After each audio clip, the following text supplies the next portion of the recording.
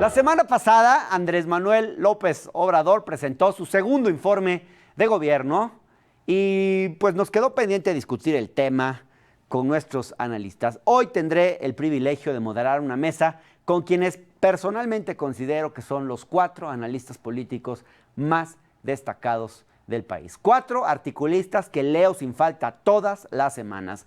Gente que se caracteriza por la profundidad de su análisis, la originalidad de su pensamiento, su excelente prosa y su inteligencia. Decidí invitarlos y les agradezco mucho que hayan aceptado porque desde distintos ángulos contribuyen a entender el momento que hoy estamos viviendo y porque creo que la combinación de estas 4 mentes permitirá analizar con rigor y sin autocomplacencias las fortalezas y las debilidades del obradorismo y de esta administración. Le doy la bienvenida a Blanca Heredia, Jorge Cepeda Patterson, a René Delgado y a Jesús Silva Herzog. Bienvenidas y bienvenidos al Octágono. Los invito a conocer las reglas de este intercambio. Cada participante tendrá un tiempo determinado para hablar, el cual le será indicado previamente por el moderador. Cuando haya concluido su tiempo, sonará un timbre que se escuchará así. De todas formas, los participantes podrán consultar el tiempo que les queda en el reloj que aparecerá en la pantalla. Los participantes no se podrán arrebatar la palabra, solamente podrán hacer exclamaciones o preguntas breves. Déjenme plantearles la primera pregunta de esta mesa. El pasado martes el presidente López Obrador rindió su mensaje con motivo de su segundo informe de gobierno. ¿Cómo se encuentra para ustedes el gobierno de López Obrador en este momento? Quisiera comenzar por escuchar de ustedes en 1 minuto y medio cada uno, una cosa que sea la que más les guste y una cosa que sea la que más les disguste de estos casi ya 2 años de gobierno. Vamos a empezar, por favor, con René Delgado. Bueno, buenas noches. Para mí el informe fue la reiteración de una serie de postulados donde naturalmente quizás la parte más importante deriva del hecho de que sí ha logrado el presidente López Obrador recolocar al Estado frente al mercado. Los rubros donde más destaca la política que ha llevado a cabo me parece que es en el ámbito laboral. Me parece que ahí se han sentado las bases de una mayor libertad sindical, libre afiliación y quizá la democratización de las dirigencias sindicales, aunado junto con algunos otros elementos como aumento salarial que lo hacen destacable.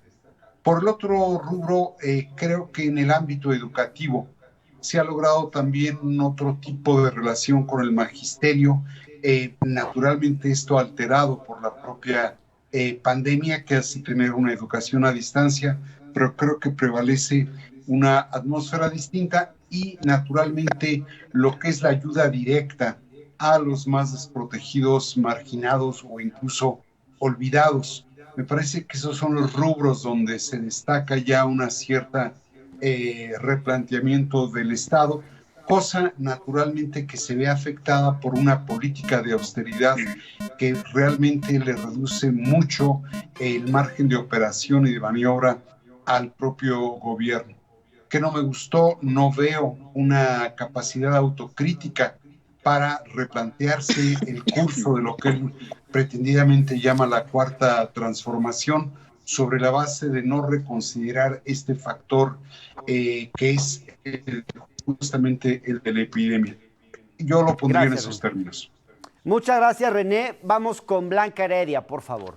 Muy bien, Hernán. Me parece que lo mejor, desde mi punto de vista, de estos ya casi 2 años de gobierno del presidente Andrés Manuel López Obrador, son la prioridad y centralidad que le ha dado a la desigualdad y a la pobreza. Y también, y muy especialmente, los cambios que hemos visto en materia fiscal.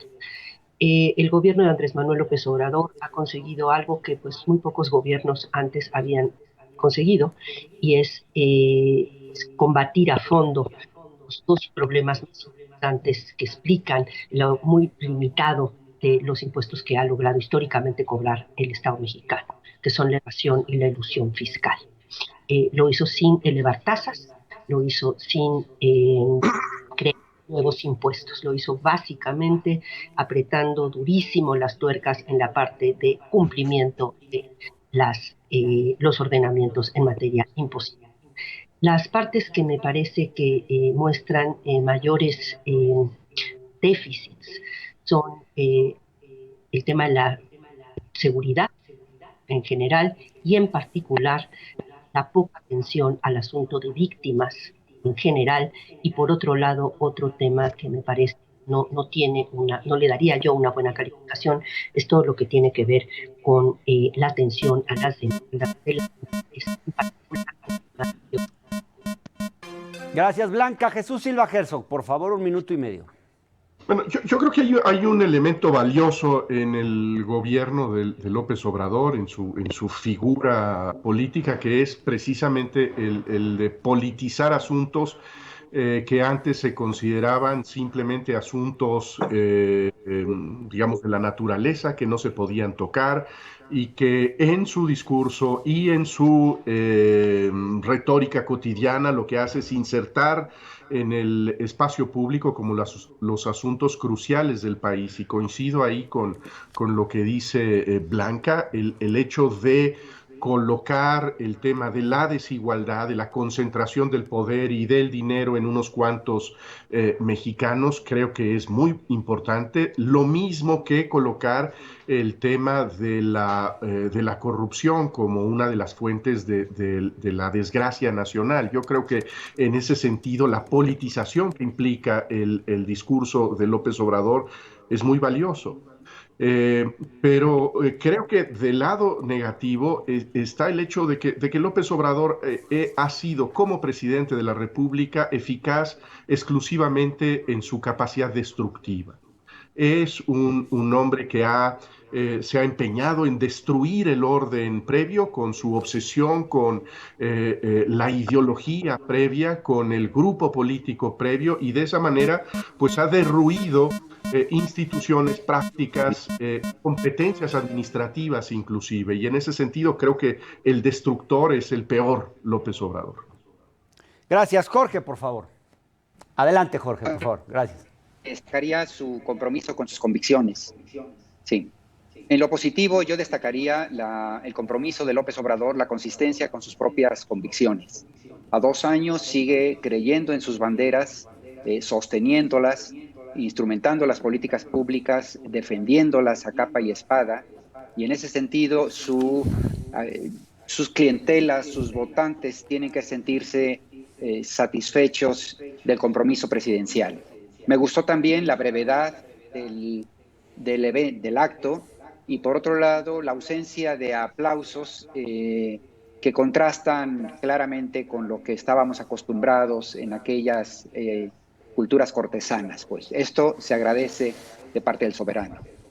En lo que en cambio encuentro poco, que habría sido muchísimo mejor, es la posibilidad de que el presidente nos hablara en momentos de crisis, un poco a lo de Churchill, sobre la necesidad de ir más allá de las diferencias que nos separan a todos los mexicanos y unir esfuerzos de cara a una crisis mayúscula. En cambio, sentí el informe muy atrincherado, hablando de sus propias razones, de por qué lo está haciendo bien, pero no una convocatoria al conjunto de los mexicanos. Gracias, Jorge. Bueno, veo bastantes más cosas positivas hasta ahora. Un presidente que ha recolocado el Estado frente al mercado, el tema laboral, la libertad sindical, la democracia en los liderazgos sindicales, los aumentos salariales, el tema educativo. Ha creado una atmósfera distinta, el énfasis, el cuidado en los desprotegidos, la prioridad a la desigualdad y la pobreza, el incremento en la captación fiscal, el combate a la evasión, politizar asuntos que se consideran naturales o intocables o que así se consideraban, el compromiso y la consistencia con sus propias convicciones. Y luego, dentro de los aspectos negativos, se mencionó la falta de autocrítica, el problema de la seguridad, la postura ante las víctimas que todavía deja que desear, la eficacia solamente en la capacidad destructora, decía Jesús Silva Herzog, otras como, digamos, otros temas. Déjenme ir a un corte y regresamos en un minuto con otra pregunta que les quiero hacer a los cuatro. Ya volvemos. Gracias, estamos de vuelta en una mesa platicando sobre los ya casi 2 años del presidente López Obrador. En el gobierno está con nosotros Blanca Heredia, Jorge Cepeda Patterson, Jesús Silva Herzog y René Delgado. Déjenme plantearles una pregunta que tiene que ver con una interpretación del momento político que hoy estamos viviendo. Jorge Cepeda Patterson es uno de quienes más han insistido en que estamos ante un cambio de régimen.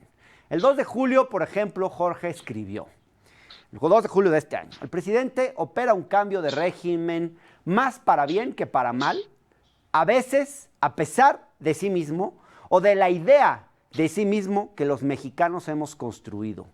¿Podrías explicarnos, Jorge, en qué sentido crees que este es un cambio de régimen y en dónde crees que esto puede ser para bien y en qué aspectos podría ser para mal? Bueno, la propuesta fundamental de López Obrador es entender que el México que conocíamos, las élites gobernaban esencialmente para el México emergido, digamos, las clases medias y altas. El TLC se había enchufado a un proyecto de modernización. Se asumía que concentrándonos en hacer crecer la velocidad de la locomotora, esta jalaría a todos los vagones del tren, incluyendo la parte más atrasada. Y lo que resultó es que no fue así. Aumentó la desigualdad en el país y una masa creciente del México sumergido se empezó a sentir cada vez más desdeñado, más abandonado por un modelo económico que no los incluía. Es un cambio de régimen en el sentido de que López Obrador está haciendo una propuesta histórica, es decir, es el tiempo de los pobres, de revertir estas lógicas de atención a los favorecidos, a los beneficiados, y cambiarles a aquellos que han estado desprotegidos hasta ahora. Y luego se instrumentan una serie de políticas públicas de acuerdo a esta lógica, políticas públicas que tienen, por supuesto, aciertos y desaciertos. Entre otras cosas, hay una desaceleración, se ha desacelerado la velocidad de la máquina, un cambio de dirección implica disminuir la velocidad, y esto supone, por supuesto, muchos problemas. Y por otra parte, la desatención ahora a la primera mitad, a la mitad que había sido beneficiada anteriormente, y en ese sentido habría muchos factores, muchas razones para que las clases medias y clases altas se sientan incómodas, molestadas por este nuevo gobierno. Gracias, Jorge. Jesús Silva Herzog, tú también llegaste a escribir poco antes de las elecciones de 2018 que el triunfo de López Obrador no era una tercera alternancia, sino una segunda transición, que nuestro sistema político estaba en ruinas, que estábamos ante un sistema de partidos que agonizaba. Jesús, ¿hoy consideras que estamos ante un cambio de régimen o no lo consideras así? Un minuto, por favor. Bueno, yo creo que sí, creo que la estructura de poder que teníamos desde 1997 ha cambiado de manera muy importante. Creo que lo decidieron los votantes en el 2018 dándole una golpiza a los partidos tradicionales. El problema es que yo no veo un reemplazo claro. Lo que veo es un liderazgo, lo que veo es el surgimiento de una política que es más bien de caudillo que una nueva estructura política. Y en ese sentido discrepo de lo que dice Jorge, porque más allá del discurso y de la retórica presidencial, lo que tendríamos que estar viendo ya en estos momentos es cuáles son las consecuencias de las políticas concretas del gobierno de López Obrador, y en ellas no hay una mejoría sustancial para aquellos que vieron con simpatía este proyecto, sino lo contrario. En ese sentido tenemos que evaluar al gobierno de López Obrador no por sus deseos, sino por sus consecuencias, ¿no? Gracias, Jesús. Blanca Heredia, ¿qué piensas de esto que acaba de decir Jesús Silva Gerson? Yo estoy convencida de que el proyecto original y el proyecto que sigue abanderando y llevando adelante el presidente Andrés Manuel López Obrador es de una revolución pacífica. De hecho, es un cambio de régimen dentro de esta idea más amplia de una revolución, un cambio de fondo. Un cambio de fondo en las relaciones de poder social. Coincido totalmente con Jorge en que el eje central de su discurso y también de buena parte de su acción de gobierno tiene que ver con cambiar las prioridades radicalmente.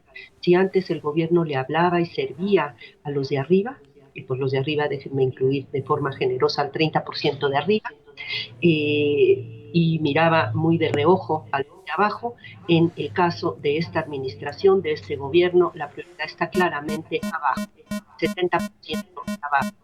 Más en el discurso, efectivamente, que en la práctica, pero también es importante decir que ha habido una redirección del presupuesto que sí apunta a las prioridades de este gobierno. Gracias, Blanca. René, ¿cómo lo ves? ¿Hay un cambio de régimen o no lo hay?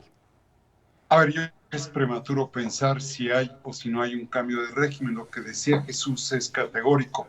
En lo que es la votación, lo que fue la elección justamente de la ciudadanía, se podría presumir que hay un cambio de régimen, y creo que hay una serie de cambios que todavía no fraguan, que por un lado sí han desmontado viejas estructuras del régimen que conocíamos, pero no estoy seguro, y eso también lo subrayaba Jesús, no estoy seguro de las consecuencias.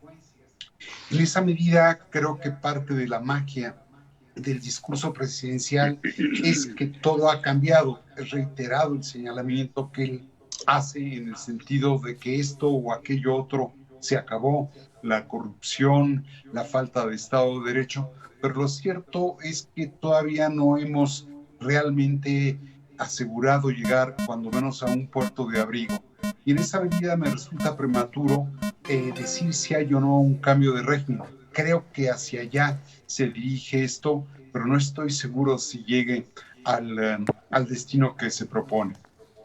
Gracias, René. El periódico Reforma reporta en una encuesta que el presidente tiene una aprobación del 56% hasta agosto de 2020. La encuesta del Financiero le otorga 59%. El portal de Oráculos, que es el concentrado de varias encuestas, le da una aprobación a López Obrador del 58% y se puede ver un descenso sostenido desde abril de este año hasta agosto. 13 puntos porcentuales debajo de su aprobación de hace un año. Aunque claro, hay otras encuestas como la del País que le otorgan todavía un 64% de aprobación a López Obrador. Hay un descenso en la popularidad. ¿A qué lo atribuyen ustedes? De acuerdo con el mismo portal de Oráculos, Vicente Fox bajó 12%, tenía 57% de aprobación en ese momento, en el mismo periodo. Y Calderón subió 6%, tenía 62% en ese momento, y Peña bajó 8%, hablando del mismo periodo que acabamos de mencionar. ¿Cómo ven ustedes este descenso en la popularidad del presidente? ¿Es normal? ¿Está dentro del desgaste que cualquier presidente tendría? ¿Cómo lo leen? Vamos a empezar contigo, Jesús, por favor.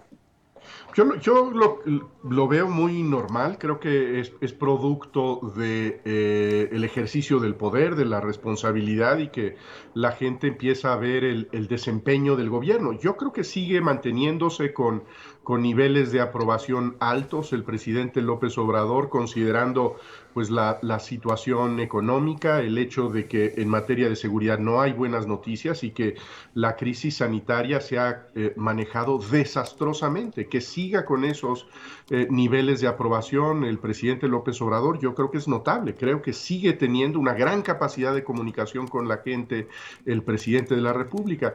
Y sobre todo yo resaltaría que esta popularidad que puede ir bajando es una popularidad del presidente López Obrador que no tiene en el escenario nadie que le haga sombra. Es decir, sigue siendo Andrés Manuel López Obrador el gran protagonista de la vida pública y no tiene nada que se le acerque en términos de dictarle su agenda. Gracias, René Delgado. Bueno, en efecto, yo sí creo que ha descendido por producto, como decía Jesús, del ejercicio del poder. La gran diferencia en el contraste que tú hacías es que Vicente Fox pensaba que la popularidad era un recurso que había que acumular. Yo creo que el presidente López Obrador entiende que es un ahorro y como todo ahorro debe de tener un sentido, que se debe de gastar. Y en esa medida me parece osado cómo frecuentemente él gasta su propia popularidad en atención al proyecto que se ha planteado. Por lo demás, yo también veo que no hay oposición ni contrapesos reales. El hecho mismo de que no haya crecido el número de partidos con registro condicionado y que los que están no logran realmente constituirse o salir de su propio marasmo, le da una enorme ventaja al propio presidente, pero veo normal la disminución de su popularidad. Gracias, René. Jorge Cepeda, ¿tú también lo ves normal? Sí, sobre todo en el contexto pues de una pandemia. Yo decía que López Obrador es como un entrenador de fútbol que entra con un plan de juego a la cancha y en el minuto 20 le han expulsado a su mejor jugador por un penalti, le meten el gol y luego tiene que encontrar la manera de actualizar ese plan de juego o continuarlo y arriesgarse a lo que venga. Es decir, el contexto es muy desfavorable, desde luego, además del ejercicio de desgaste de gobierno típico. Pero en efecto yo insistiría en esto que comentaba René, que la oposición, mientras no tenga una propuesta crítica y legítima, viable, sobre corrupción, desigualdad, inseguridad, pobreza, que son fenómenos a los que ellos contribuyeron, no hay ninguna fuerza política capaz de cachar, de cobrar la factura del desgaste que experimenta López Obrador. Y lo único que tenemos es una polarización de odios o pasiones a favor y en contra, pero sin ningún correlato político que enfrente a López Obrador, ¿no? Claro, gracias, Jorge. Blanca, ¿cómo lo ves?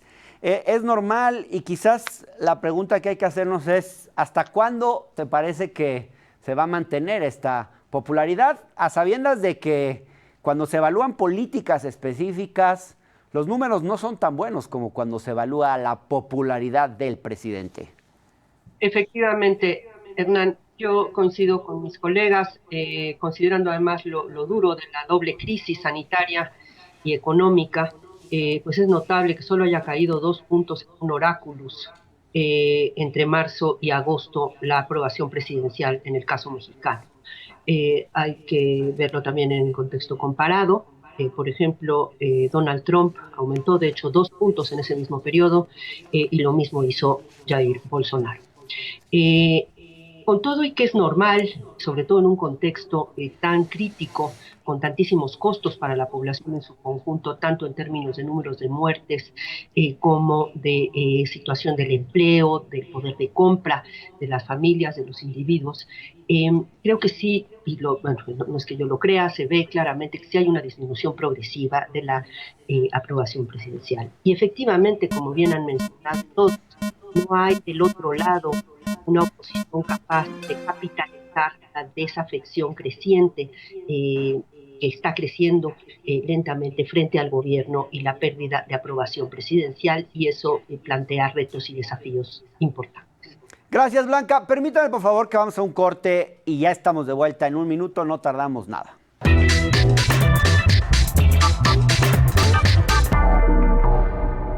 Gracias, estamos de vuelta en el Octágono platicando con René Delgado, Jesús Silva Herzog, Jorge Cepeda Patterson y Blanca Heredia, ahora que el presidente ha rendido su segundo informe de gobierno. Y yo quisiera que habláramos sobre el obradorismo como movimiento y como fenómeno social y político. Y para eso quisiera que veamos esta cápsula que preparó Pedro Bejarano, que preparó José Manzano, donde nos explica el tema con peras y manzanas.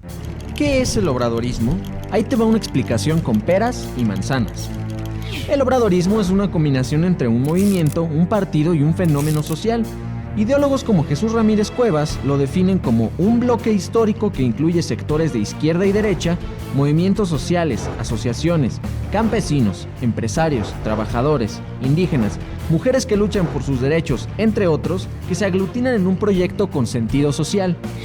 Por supuesto, la figura que cohesiona a este movimiento político y social es Andrés Manuel López Obrador, quien emerge como el líder y ejemplo moral. Y claro está, Morena es el partido que busca encarnar los principios bajo los cuales se constituye esta gran coalición.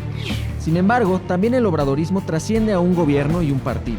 Afuera hay una gran multiplicidad de actores e intereses con perfiles muy diferentes entre sí, los cuales actualmente cumplen funciones específicas. Hay perfiles pragmáticos como Marcelo Ebrard, Zoé Robledo o Mario Delgado. Ideólogos de izquierda como Alejandro Encinas, Jesús Ramírez o Paco Ignacio Taibo II. Cuadros igualmente ideológicos, aunque un poco más pragmáticos, como Rocío Nale o Gabriel García. Hay técnicos de izquierda como Graciela Márquez o Arturo Herrera, y también hay perfiles de derecha que velan por intereses empresariales como Alfonso Romo o Víctor Villalobos. Esa heterogeneidad, sin embargo, no implica ausencia de un proyecto. En el obradorismo hay una serie de principios que cohesionan todas estas agendas, como son el combate y la no tolerancia a la corrupción en todos los ámbitos de la vida pública, la austeridad republicana, entendida como la eliminación de los lujos y privilegios de la clase política anterior y el ahorro de recursos para reorientarlos a programas sociales, la soberanía energética, entendida como la recuperación de Pemex y CFE como motores de la economía. Y, a pesar de ser un movimiento pluriclasista, está el poner en el centro de la política a los más desfavorecidos. Yo soy José Manzano y esta es de manera muy breve una explicación del obradorismo con peras y manzanas. Bueno, lo acabamos de ver, el obradorismo es un movimiento muy diverso. Y a propósito de esto, en un artículo que publicó Nexos en junio de 2018, antes de que ganara López Obrador, Jesús Silva Herzog decía que la razón de esa heterogeneidad en el obradorismo es, de esta heterogeneidad en su conformación, tenía que ver con una pretensión de ser un movimiento político hegemónico. Jesús, escribiste, el obradorismo no pretende ser un segmento organizado de la sociedad política, sino su totalidad o, más propiamente, su síntesis. Izquierdas y derechas, ultraizquierdas y ultraderechas, empresarios y líderes sindicales, etc. Morena carece de contornos. Ya no es un partido de izquierda, sino una cazuela que quiere recogerlo todo. ¿Ustedes coinciden con esto que escribió Jesús Silva Herzog? ¿La diversidad interna del obradorismo obedece a una pretensión hegemónica? Vamos a empezar con Jorge Cepeda. Por favor, un minuto. Bueno, habría que insistir que creer que López Obrador es la concreción, la explicación de un fenómeno social es limitarlo. El tabasqueño llegó a la presidencia por la exasperación de muchos que se sienten abandonados por un modelo económico, modelo social que los ha marginado. En ese sentido, lo que intenta el movimiento es agrupar a todos aquellos que se sienten incómodos con el régimen o con el orden de cosas vigentes en México en los sexenios anteriores y darles un proyecto de salida incorporando en toda su versatilidad a estos inconformes. Pero mal haríamos pensando que esto existe exclusivamente y en virtud de López Obrador y su demagogia o su populismo. En última instancia, lo que tendrían que cuidar las élites es que este proyecto de cambio se viera frustrado y se abrieran los grandes abismos, digamos, de esas mayorías que se sienten huérfanas, ¿no? Claro, Jorge, gracias. Blanca Heredia, ¿cómo lees estas palabras de Jesús Silva Herzog? Coincido con Chucho que el obradorismo, siendo la expresión de un vasto movimiento social, sí tiene un proyecto de reconstrucción institucional y también de transformación a largo plazo del poder social y político. Lo que me parece más importante subrayar en este momento es que el obradorismo y el país en su conjunto estamos frente a una encrucijada, revolución pacífica o revolución a secas. Me parece que la crisis que estamos enfrentando, la doble crisis sanitaria y económica, está llevando al presidente a un momento de decisión de cara a las elecciones del 21 y la continuidad de su proyecto más allá del 24, frente a los riesgos que le plantea la crisis económica y la crisis de la pandemia. ¿Hacia dónde se va a ir? Derecho y no me quito. ¿En qué sentido? Rompiendo el pacto con las cúpulas políticas del viejo régimen o ajustando su estrategia de manera de incorporar al menos alguna parte del 30% de arriba que no lo quiso nunca o que ya no lo quiere. Gracias, Blanca. René Delgado, ¿tú ves una pretensión hegemónica en esta amplia heterogeneidad de la que está hecha el obradorismo, como señala Jesús? Sí, sí creo que pretenda eso, pero antes de hablar de la posibilidad de que se constituyan tal, yo dividiría la postura en dos aspectos. Hay un liderazgo muy fuerte que expresa un malestar, como decía Jorge, pero ese liderazgo no ha logrado configurar políticas públicas que den certeza. De ahí por eso a veces yo me explico la popularidad del presidente, pero la descalificación de sus políticas. Y dos, yo creo que a Morena hay que dividirlo en dos tramos. Yo creo que tuvo el acierto de saber configurar justamente un movimiento, aliarse para acceder al poder, pero el hecho de que haya ganado las elecciones no supone que haya conquistado el gobierno. En tal virtud, resulta un poco paradójico que los que cabían en Morena para acceder al poder, al parecer no caben para ejercer el poder. Y en esa medida, justamente en estos días, estamos viendo si Morena, como la organización en el poder, es capaz de reconstituirse o no a través de su elección, que como hemos visto, está bastante trompicada y que con la ausencia del líder natural que es Andrés Manuel, está frente a un gran desafío. Qué bueno que sacas este tema, René, porque era justamente lo que les quería yo preguntar. La elección de Morena va a tener que ser resuelta a través de una encuesta abierta, que es algo así como un concurso de popularidad entre toda la población. Yo nunca había visto una cosa así y además no la va a poder llevar a cabo el propio partido. ¿Esto es un síntoma del estado catatónico en el que se encuentra Morena? ¿Cómo ven al partido a través del cual el presidente de la República llegó al poder? Vamos a empezar con Jorge Cepeda, por favor. Un minuto. Bueno, en mucho es el resultado y hay aquí un aspecto positivo. Me dirán que sigue siendo el optimista en la mesa, pero tiene que ver con el hecho de que López Obrador mismo le ha dado la espalda a la posibilidad de ser el elector y el único elector como nos tenía acostumbrado el priismo antiguo. Es decir, es verdad que Morena es un movimiento organizado desde el López Obradorismo para canalizar sus pretensiones políticas, pero también es notable la actitud del presidente de dejar hacer a las propias fuerzas sociales y políticas que se mueven dentro de Morena, que tienen absolutamente todos los vicios de nuestra clase política profesional y semiprofesional. Pero yo destacaría, porque mis compañeros van a destacar los otros aspectos, este respeto del propio presidente de no dar el manotazo al partido que, no nos engañemos, es de su propia creación, ¿no? Y eso me parece un buen antecedente republicano, para variar. Claro, Jesús, ¿tú cómo lo ves? Bueno, yo creo que en efecto hay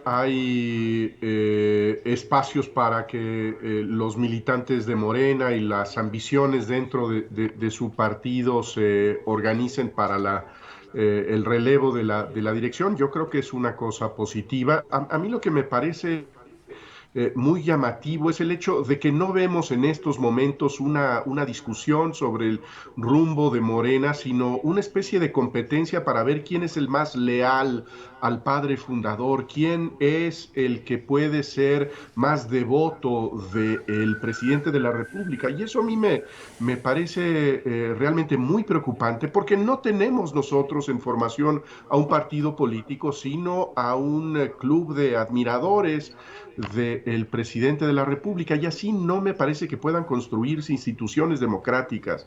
Se trata de una agrupación que no define ni reglas, ni instituciones, ni programa político. Blanca Heredia, Jesús habla de Morena como un club de admiradores del presidente de la República. ¿Tú compartes esta apreciación? Sin duda la cercanía con el líder máximo es importante entre aquellos que contienden por la dirección de Morena. Creo, sin embargo, con Jorge, que sí hay cosas que destacar positivamente en términos de que no está metiendo las manos en el partido de su creación, como era la costumbre en el pasado, incluso en algunos momentos en Acción Nacional.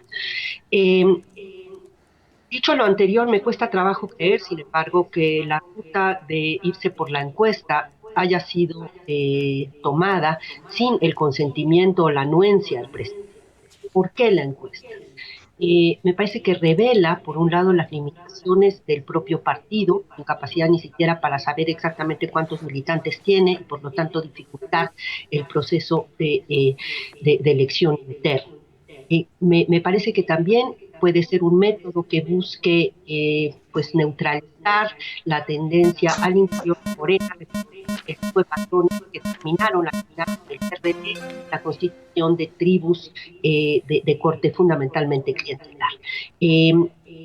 Vamos a ver, es sin duda insólito el que la dirección de un partido se decida en una encuesta abierta y sea organizada por el Instituto Nacional Electoral. Vamos a ver, pero creo que es más complejo que simplemente un concurso por ver quién es más cercano a...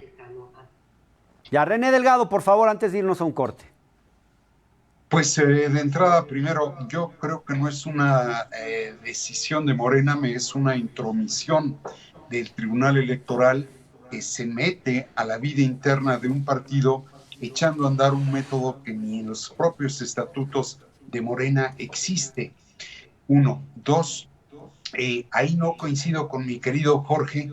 Yo sí creo que el presidente, aun cuando no asume clara y públicamente su liderazgo y capacidad de mando del propio movimiento, sí incide, no deja de ser un poco curioso que el método que eligen los magistrados es el que quería que se pusiera en marcha el propio presidente. Y lo peor del asunto es que creo que la encuesta no va a resolver los problemas al interior de Morena, sino que va a dar lugar a nuevos litigios en un momento sumamente delicado para Morena, como es estando a punto, no a punto, arrancó hoy el proceso electoral 2021, que lo va a colocar ante el desafío de conservar o no su mayoría parlamentaria. Gracias, René. Pues sí, yo creo que esta encuesta no va a resolver los problemas de Morena. Vamos a estar debatiendo sobre este tema durante la semana con varios actores clave del proceso interno de Morena, con los candidatos. Vamos a escucharlos. Vámonos un corte y regresamos con el último bloque, porque quiero plantearles todavía una o dos preguntas más a cada uno de ustedes. Ya volvemos. La nueva normalidad. Para estar en... Gracias, estamos de vuelta en esta mesa de debate, en el octágono. Quiero plantearles otra pregunta que tiene que ver con la crítica de nuestras élites, que ha sido un tema constante, especialmente en los artículos de Jorge Cepeda y de Blanca Heredia. En un texto muy comentado, titulado "Nos volvimos extranjeros en la 4T", Blanca Heredia hablaba de cómo las élites se han convertido en extranjeros en su propio país. Y decía también, muchos de nuestros pensantes han renunciado a interrogar la realidad en serio, a interrogarla en sentido fuerte, es decir, hacerse preguntas sobre esa realidad sin conocer la respuesta de antemano. Y más adelante, Blanca afirmaba también, entre las élites negligentes, vanidosas e insensibles, tocaba hacerse cargo de la raíz inmunda de nuestra condición de privilegio, vidas hiperciertas y cómodas, rodeadas de vidas sin perspectiva ninguna, millones de personas cuyas vidas no caben en nuestro relato preferido. Este artículo es de febrero de 2019. ¿Mantienes esa idea, Blanca? ¿Cuál es tu crítica hacia esa élite de la cual tú misma reconoces formar parte? Sí, sigo manteniendo esa posición. Ojalá no la tuviera, pero para el caso de buena parte de nuestras élites, tanto las que publican sus puntos de vista como las que no lo hacen, las expresan solamente en privado, sigo sintiendo una desconexión muy fuerte con respecto a la realidad. Y esto es preocupante incluso para sus propios intereses, porque cierta capacidad de distancia, de que no te gane la víscera, es indispensable para poder hacer un análisis cuidadoso, frío, con respecto a qué es lo que está pasando, cuáles son los riesgos efectivos que estás enfrentando y cuáles algunos de los cursos de acción que tendrías que llevar adelante para defender incluso tus propios intereses. Aquí ya no solamente estoy viendo lo que veía a principios del año pasado, sino cada vez más esta dificultad incluso para poder hacer un análisis que convenga a los propios intereses, se haga cargo de cuáles son las reflexiones y el nuevo contexto. Gracias, Blanca. ¿Qué nos pueden decir los demás acerca de esa élite de la cual formamos parte? ¿Se sienten ustedes cómodos dentro de ella? Empecemos contigo, Jesús. Bueno, creo que está pendiente, desde luego, una crítica de las élites. Creo que en todos los ámbitos, en el ámbito intelectual, en el ámbito empresarial, político, hay mucho que cuestionar de la manera en que ha pues ubicado esa condición de privilegio estos grupos en el país. Yo creo, sin embargo, que es muy costoso el hecho de hablar de la extranjería, porque esto que plantea Blanca implica hacer nuevamente la idea de que hay unos mexicanos auténticamente mexicanos y hay otros que no lo son. Hay unos que pertenecen, como dijo Blanca en un artículo más reciente, al México auténtico, al México profundo, y otros que solamente forman parte de la corteza exterior de México. Creo que esas divisiones son muy equivocadas. Y me parece que debemos hacer esa crítica sin hacer la estigmatización de aquellos que no pertenecen realmente al país, ¿no? Gracias, Jesús. Jorge Cepeda, ¿cómo lo ves? Bueno, yo creo que lo de la extranjerización es simplemente una alegoría. Blanca Heredia está haciendo simplemente una referencia a estos dos Méxicos que no dialogaron entre sí, mientras un México era muy favorecido, el otro quedaba abandonado. Para un campesino, para un albañil, el Estado de Derecho es una abstracción. Las instituciones democráticas con las que nos llenamos la boca y de orgullo, las instituciones de contrapeso, coincidieron con un periodo en el cual aumentó la impunidad, aumentó la corrupción de las élites a situaciones ya flagrantes, aumentó la desigualdad social, y significó nada o muy poco para ese México sumergido. Y creo que a eso pero es lo que hace. Pero no neguemos nacionalidad a quienes están equivocados. No. neguemos Lo de nacionalidad, problema de esa alegoría. Me parece que es simplemente una alegoría de unos extraños a otros, pues. Y en efecto, hay dos Méxicos, para hablarlo en términos categóricos, en términos, si se quiere, simplistas, pues, pero realidades distintas de las cuales uno puede estar parado en una u otra. Lo cierto, Jorge, es que a lo que se refiere Blanca es que hay una crítica insuficiente del México privilegiado a la situación que nos llevó a esto. René, se me terminó el tiempo, te voy a dar, perdóname, 30 segundos porque si no, no podemos cerrar a tiempo. ¿Tú te has sentido extranjero en tu propio país? No, para mí no es ese el tema. Me preocupa que el presidente no tenga claridad en torno al límite y al horizonte de su mandato. Se dice con mucha facilidad que se vive una revolución, pero lo cierto es que fue una elección, y en esa medida me preocupa que en el afán de gobernar sobre la base del conflicto a veces reste en vez de sumar fuerzas, porque a fin de cuentas en el país tenemos que caber todos.